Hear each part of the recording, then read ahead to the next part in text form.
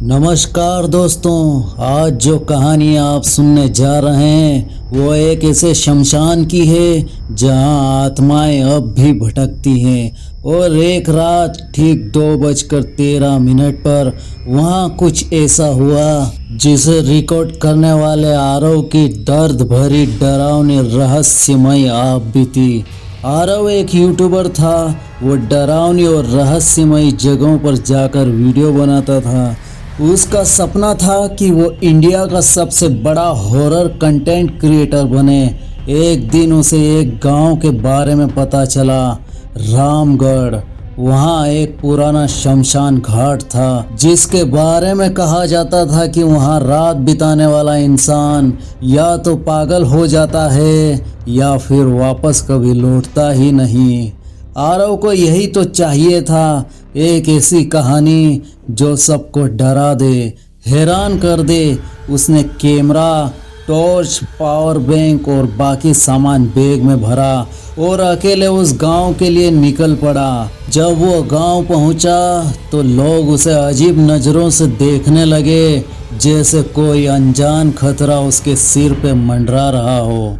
गांव के मंदिर में एक बूढ़े पुजारी ने उसे रोकने की कोशिश की। पुजारी ने कहा कि शमशान घाट पर रात बिताना मौत को बुलावा देना है, लेकिन आरव नहीं माना।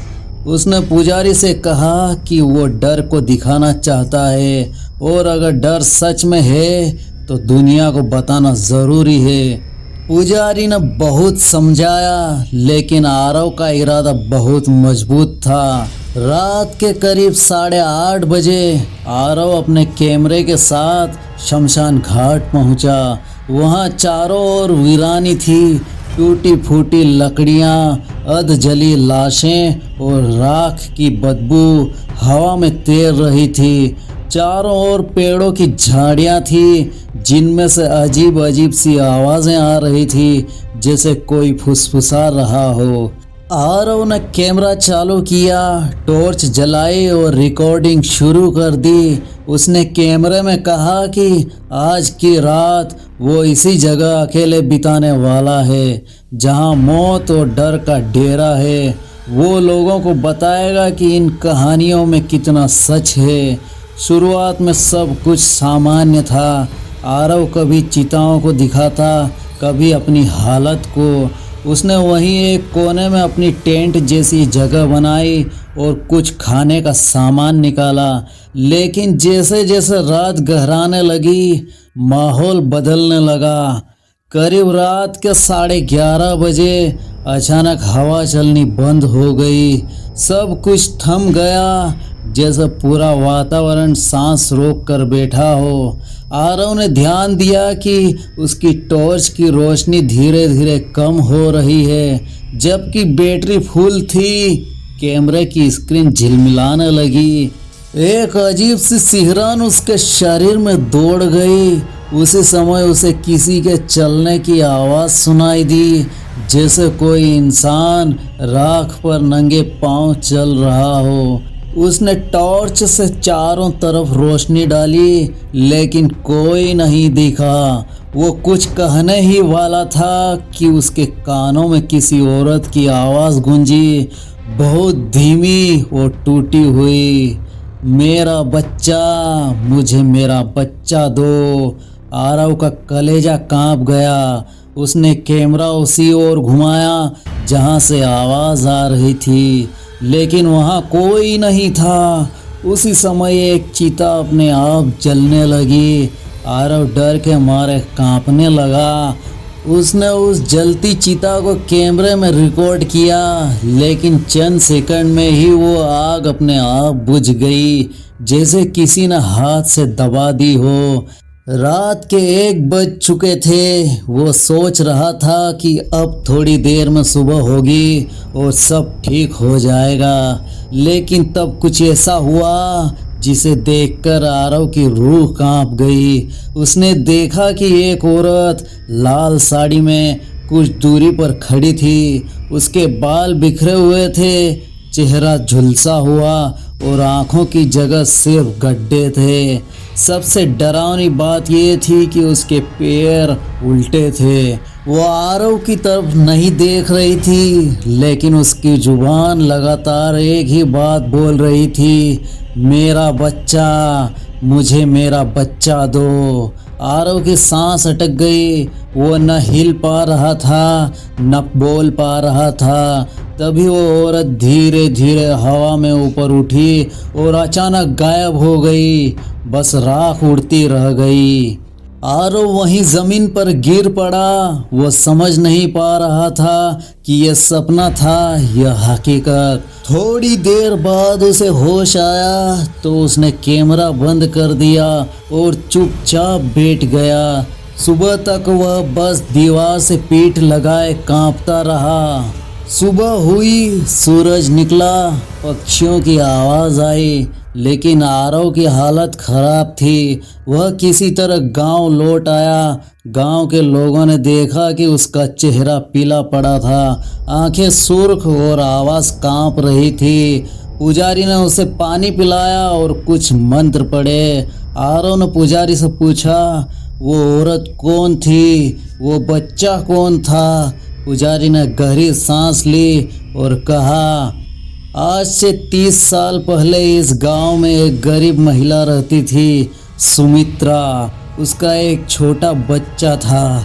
गांव का एक अमीर जमींदार उस पर बुरी नज़र रखता था। जब सुमित्रा ने उसका विरोध किया तो उस जमींदार ने लोगों को ये कहकर भड़का दिया कि सुमित्रा डायन है और उसका बच्चा शैतान का अंश है। लोगों ने मिलकर माँ बेटे को उसी शमशान घाट में जिंदा जला दिया। उस दिन से हर साल उस रात वो औरत वापस आती है, अपने बच्चे को ढूंढती है। उसे चैन नहीं मिला। आरव कुछ देर चुप रहा, फिर उसने कहा, मैं उसकी मदद करना चाहता हूँ। पुजारी चौंक गया। क्या? आरव ने कहा, अगर मैं उसकी राख खोज सकूं और उस बच्चे के अस्थि अवशेष, तो शायद मैं उन्हें एक साथ अग्नि देकर मुक्ति दिला सकूं। पुजारी ने धीरे से सिर हिलाया और कहा, लेकिन यह रास्ता बहुत खतरनाक है। आत्माएं तब तक चैन से नहीं जाती जब तक उनका बदला पूरा ना हो। आरव ने तय कर लिया था, वो सिर्फ डर नहीं दिखाएगा, अब इंसाफ भी करेगा। आरव अब डरने के बजाय सोचने लगा था। उसके मन में सिर्फ एक ही बात घूम रही थी, सुमित्रा और उसका बच्चा। वो औरत जो हर रात शमशान घाट पर आती है, जिसकी आत्मा चिल्ला चिल्ला कर एक ही बात कहती है, मेरा बच्चा, मुझे मेरा बच्चा दो। आरव ने तय कर लिया था कि वो इस आत्मा को मुक्ति दिलाकर ही रहेगा, पर कहाँ से शुरू करे। सुबह होते ही वो फिर से मंदिर पहुंचा। पुजारी उसकी बात सुनकर हैरान रह गया। किसी ने आज तक उस आत्मा की मदद करने की बात नहीं की थी। पुजारी ने कहा कि अगर उसे सच में कुछ करना है तो सबसे पहले उसे उस समय के पुराने लोगों से बात करनी होगी, जिनमें से अब कुछ ही जिंदा हैं। गांव के एक बूढ़े आदमी का नाम सामने आया, हरिलाल। हरिलाल गांव के बाहर एक टूटी फूटी झोंपड़ी में अकेले रहता था। वो कुछ भी नहीं बोलता था, बस दीवार की तरफ देखता रहता। आरव वहां पहुंचा और धीरे से बोला, मैं सुमित्रा के बारे में जानना चाहता हूँ। हरिलाल की आंखों में अचानक एक डर उतर आया, जैसे कोई पुराना घाव फिर से हरा हो गया हो। वो कांपते हुए बोला, मत पूछो बेटा, हमने पाप किया है। उसे जलाया नहीं था, उसे जिंदा झोंक दिया था। बच्चा उसकी गोद में था, वो चिल्लाती रही, लेकिन हमने नहीं सुना। आरव की रूह कांप गई।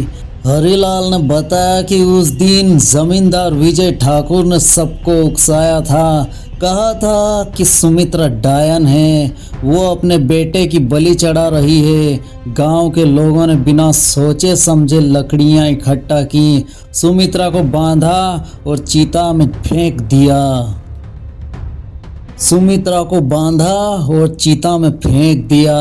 सबने चुपचाप तमाशा देखा। हरिलाल की आंखें भर आई। वो बोला, उस दिन से हर साल उस रात मैं उसकी आवाज़ सुनता हूँ। वो मुझे बुलाती है, लेकिन अब मेरी सुनने की हिम्मत नहीं बची।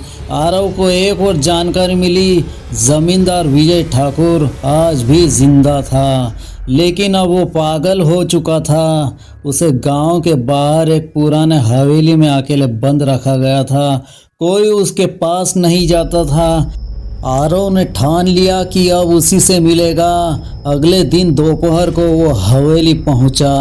वहां का माहौल डरावना था। दीवारें काली पड़ चुकी थी, खिड़कियों पर जाले थे और दरवाजे पर सांकल लटक रही थी। अंदर से सिर्फ एक आवाज़ आ रही थी, एक आदमी की चीख जो बार बार एक ही बात कह रहा था, वो लाल साड़ी वाली मुझे जला रही है हर रात हर रात। आरव ने दरवाज़ा खोला। अंदर एक कमज़ोर बूढ़ा आदमी दीवार से सिर मार रहा था। उसकी आंखें पथरा चुकी थीं, चेहरे पर खरोंचों के निशान थे और उसकी सांसें तेज चल रही थी। वो कांपती आवाज़ में बोल रहा था, मैंने उसे मारा नहीं था, मैं तो बस डराना चाहता था, लेकिन वो वापस आ गई। आरव ने पूछा, क्यों किया आपने ये सब? विजय हंसने लगा पागलों की तरह, फिर बोला, क्योंकि उसने मुझे ठुकराया था। वो एक ज़मीन वाली औरत थी और मैं चाहता था कि वो मेरी हो। जब उसने मना किया तो मैंने उसे चुड़ैल बना दिया। वो सबने मान लिया। आरव ने उसकी बात रिकॉर्ड की। अब उसे सबूत मिल गया था। वो सीधा गांव के मंदिर पहुंचा और पुजारी को पूरी बात बताई। पुजारी ने उसकी आंखों में देखकर कहा, अब वक्त आ गया है सुमित्रा को उसका इंसाफ दिलाने का, लेकिन ये काम आसान नहीं होगा। उस रात आरव फिर शमशान घाट पहुंचा, लेकिन इस बार सिर्फ डर दिखाने के लिए नहीं, मुक्ति दिलाने के लिए। उसके पास 3 चीजें थी, एक पवित्र माला, एक मंत्रित कलश और विजय ठाकुर के गुनाह की रिकॉर्डिंग। रात के 2 बजे वो वहीं बैठा रहा। घड़ी में जैसे ही 2:13 हुए, वही आवाज़ फिर गूंजी, मेरा बच्चा, मुझे मेरा बच्चा दो। इस बार आवाज़ पहले से ज़्यादा भारी थी। आकाश में बादल गरजने लगे, हवाएं तेज हो गई, चीता की राख अपने आप उड़ने लगी। फिर वही लाल साड़ी वाली औरत सामने आई, हवा में तैरती हुई। उसका चेहरा पहले से भी ज़्यादा झुलसा हुआ था। उसकी आंखें जल रही थी। उसने आरव की तरफ देखा और चीखी, तू भी उन्हें ले आया, तू भी मुझे जलाने आया है। आरव ने हाथ जोड़ दिए। उसने चिल्लाकर कहा, नहीं, मैं तुम्हें जलाने नहीं, तुम्हें मुक्ति दिलाने आया हूँ। मैंने सब जान लिया है, मैंने सबूत इकट्ठी कर लिए हैं। तुम्हारा बच्चा तुम्हारे साथ मारा गया और वो ज़मीन के नीचे आज भी अधूरा पड़ा है। सुमित्रा की आत्मा रुक गई, हवा थम गई, राख ज़मीन पर गिर गई। आरव ने ज़मीन में खुदाई शुरू की, वही जगह जहां हरिलाल ने बताया था कि सुमित्रा को जलाया गया था। कुछ ही मिनटों में उसे एक टूटी हुई चूड़ी, एक अध जली कपड़े की गांठ और एक नन्ही हड्डी का टुकड़ा मिला। पुजारी ने कहा था, अगर माँ और बच्चे की राख एक साथ अग्नि दी जाए तो आत्मा को मुक्ति मिल सकती है। आरव ने उन अवशेषों को एकत्र किया और वहाँ चिता तैयार की। उसने मंत्र पढ़े, वो सब कुछ किया जो पुजारी ने सिखाया था। जैसे ही आग जली, सुमित्रा की आत्मा आकाश में ऊपर उठने लगी। उसका चेहरा अब शांत था, उसकी झुलसी त्वचा अब साफ हो चुकी थी। उसकी आंखों में आंसू थे, लेकिन उन आंसुओं में डर नहीं था, शांति थी। उसने धीरे से कहा, धन्यवाद मेरे बच्चे को मेरे पास लाने के लिए और फिर एक चमकदार रोशनी के साथ वो हवा में विलीन हो गई। शांति छा गई। आरव वहीं जमीन पर बैठ गया। उसकी आंखों से आंसू बह रहे थे। उसने कैमरा चालू किया और कहा, आज मैंने डर को नहीं, इंसाफ को रिकॉर्ड किया है। आज एक आत्मा को मुक्ति मिली है और मुझे भी। सुमित्रा की आत्मा को मुक्ति मिलने के बाद आरव को ऐसा लगा जैसे उसका मकसद पूरा हो गया हो। वह शांति से लौट आया, लेकिन उसकी आंखों में नींद नहीं थी। अंदर कुछ ऐसा था जो उसे चैन नहीं लेने दे रहा था। रात होते ही अजीब अजीब सपने आने लगे। सपना नहीं, जैसे कोई उसे खींच रहा हो। हर रात एक ही सपना, शमशान घाट की राख उड़ रही है और उसी राख में एक और चेहरा उभरता है, एक और औरत। लेकिन ये सुमित्रा नहीं थी। उसका चेहरा आरव ने कभी नहीं देखा था, पर उसकी आंखें एकदम वैसी ही थी जैसे कोई किसी से बदला लेना चाहता हो। आरव ने अपने मन को समझाया कि शायद ये सब दिमाग का खेल है, लेकिन जब तीसरी रात भी वही सपना आया तो उसने तय किया कि उसे फिर से शमशान घाट जाना होगा। वो फिर गांव गया, लेकिन इस बार गांव वाले और भी ज़्यादा डरे हुए थे। लोग कहते थे कि सुमित्रा की आत्मा के जाने के बाद घाट और भी ज़्यादा डरावना हो गया है। अब वहाँ किसी और की मौजूदगी महसूस होती है। कुछ लोगों ने यहाँ तक कहा कि रात में किसी औरत के रोने की आवाज़ें फिर से आने लगी हैं, लेकिन इस बार आवाज़ गुस्से से भरी है, दर्द से नहीं। आरव मंदिर गया और पुजारी से मिला। पुजारी ने कहा कि शमशान घाट की कई आत्माओं का घर है। अगर एक आत्मा को मुक्ति मिलती है तो दूसरी जाग जाती है। शायद कोई ऐसी आत्मा जो अब तक दबाई गई थी, अब खुलकर बाहर आ रही है। पुजारी ने एक पुरानी किताब निकाली। ये किताब कई सालों से मंदिर के तहखाने में रखी थी। उस पर राख जमी थी और पन्ने पीले पड़ चुके थे। उस किताब में शमशान घाट से जुड़ी कई आत्माओं के नाम और कहानियां दर्ज थीं। एक नाम पर पुजारी का हाथ रुक गया, ध्रुवी। पुजारी ने कहा कि ये नाम किसी औरत का नहीं, एक बच्ची का था। करीब 50 साल पहले उसे उसी घाट पर मार दिया गया था। कोई नहीं जानता क्यों और कैसे, बस इतना कहा जाता था कि वो बच्ची श्रापित थी और उसकी मौत के बाद शमशान की हवा भारी हो गई थी। आरव ने किताब से पन्ना फाड़ा और साथ रख लिया। उसी रात वह फिर शमशान घाट पहुंचा, वही जगह जहां पहली बार डर ने उसका स्वागत किया था। उसने वहां कुछ देर ध्यान लगाया और कुछ देर बाद वही ठंडी हवा फिर से चलने लगी। रात का दूसरा पहर था, चारों ओर सन्नाटा। हवा में एक अजीब सी गंध घुलने लगी थी, जैसे किसी जलती हुई चीख की राख में खून मिला हो। और फिर एक नन्हा सा हंसी का टुकड़ा सुनाई दिया, बिल्कुल बच्ची की हंसी। लेकिन वह हंसी मासूम नहीं थी, वो हंसी डर से भरी हुई थी, जैसे कोई कह रहा हो कि अब मेरी बारी है। आरव ने टॉर्च जलाने की कोशिश की, लेकिन वो झपकने लगी। कैमरा भी बंद हो गया।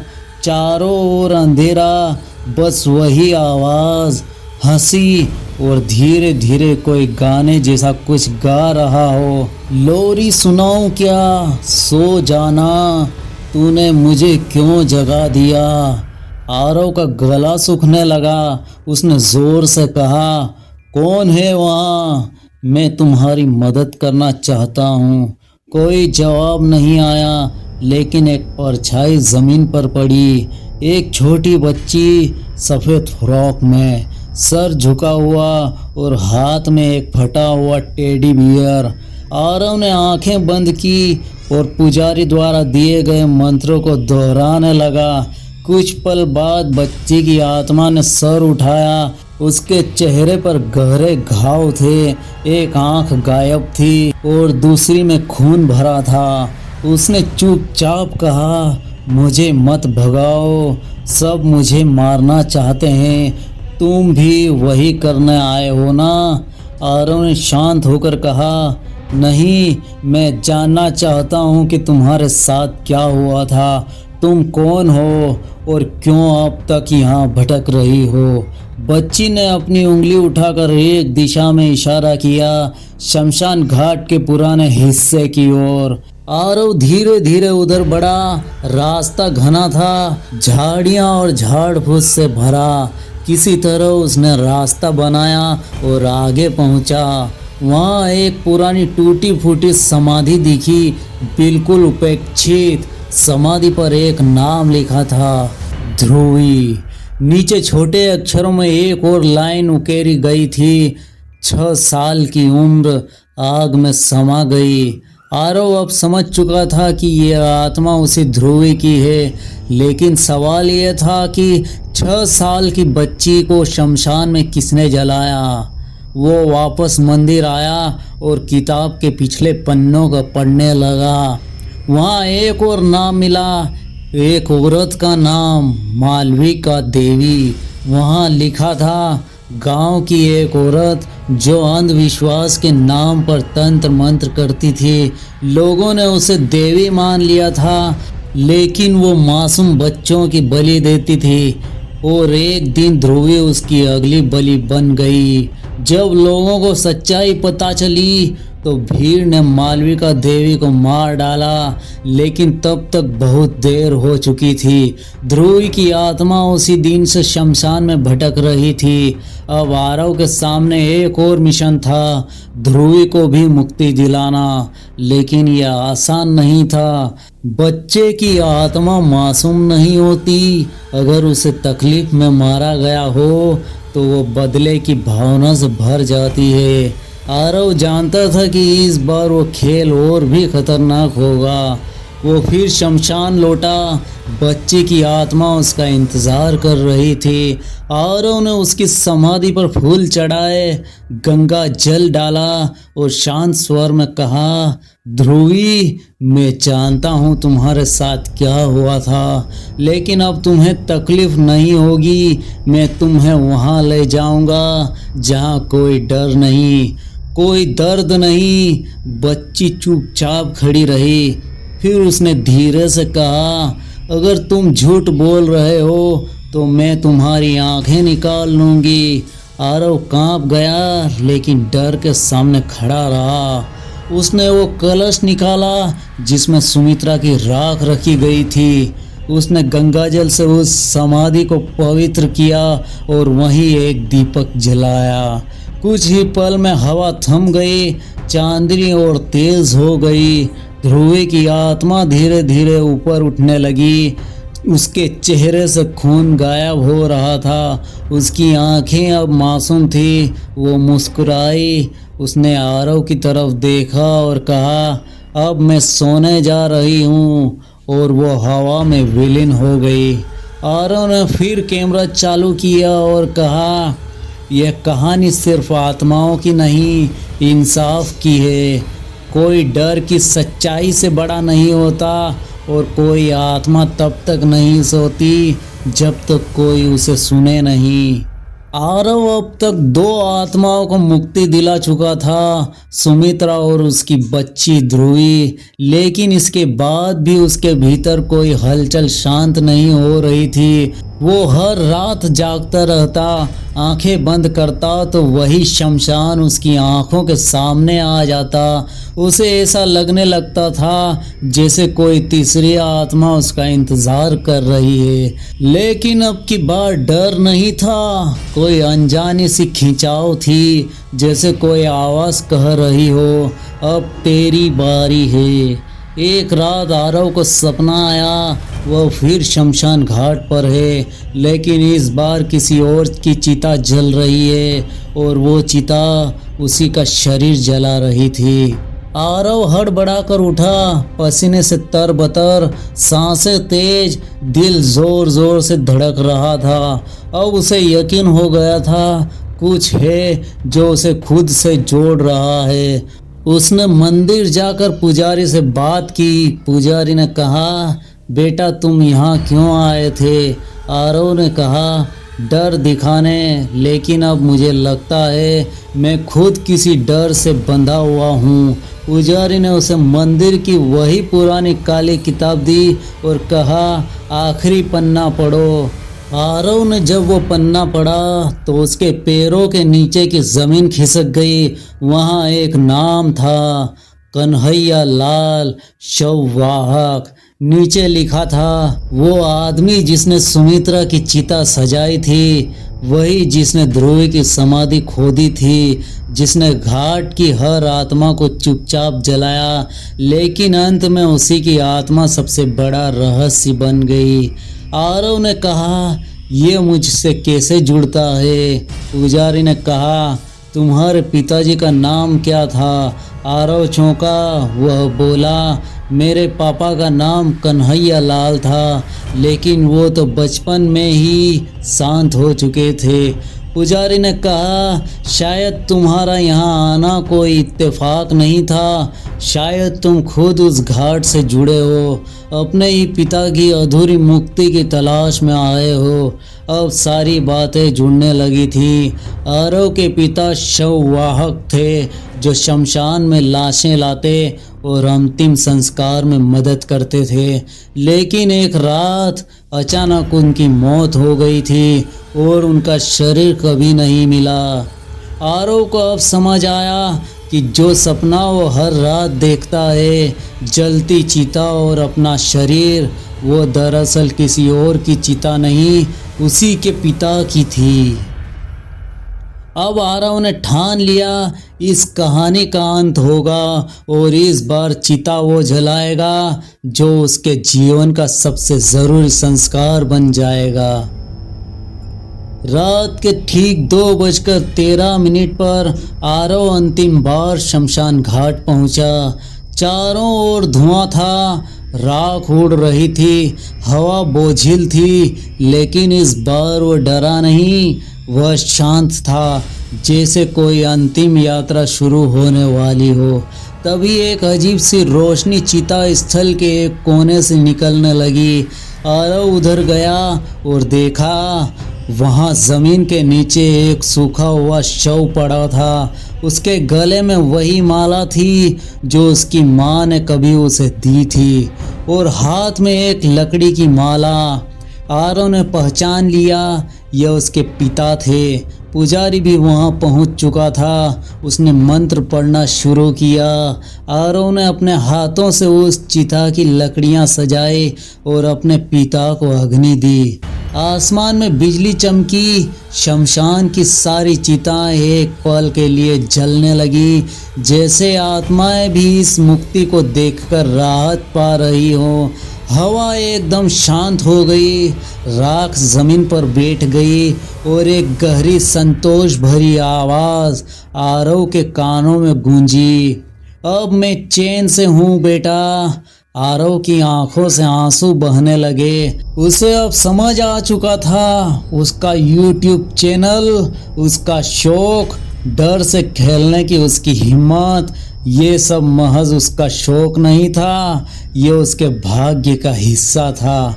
उसे यहाँ इसलिए बुलाया गया था ताकि वो न सिर्फ दूसरों की आत्माओं को मुक्त कर सके, बल्कि अपने ही पिता की आत्मा को वो शांति दे सके जो दुनिया उसे न दे पाई। सुबह हुई, सूरज की पहली किरण शमशान पर पड़ी, लेकिन पहली बार यह जगह डरावनी नहीं लगी। आरव ने कैमरा चालू किया और कहा, यह कहानी डर की नहीं, इंसाफ की थी। जो आत्माएं यहाँ भटक रही थी, उन्हें इंसान नहीं, इंसाफ चाहिए था। आज उन्हें वो मिल गया और मुझे मिला मेरा मकसद। कहानी खत्म हुई, लेकिन सन्नाटा अभी बाकी है। ये शमशान अब भी जिंदा है और शायद अगली बार कोई और रूह पुकारे। अगर आपने अब तक वीडियो को लाइक नहीं किया तो इसे लाइक कर दीजिए और वीडियो को शेयर कीजिए अपने दोस्तों को। सब्सक्राइब कीजिए हॉरर स्टोरी HC को। अगली कहानी में फिर मिलेंगे एक नई आत्मा के साथ, एक नए रहस्य के साथ। तब तक के लिए इजाज़त दीजिए।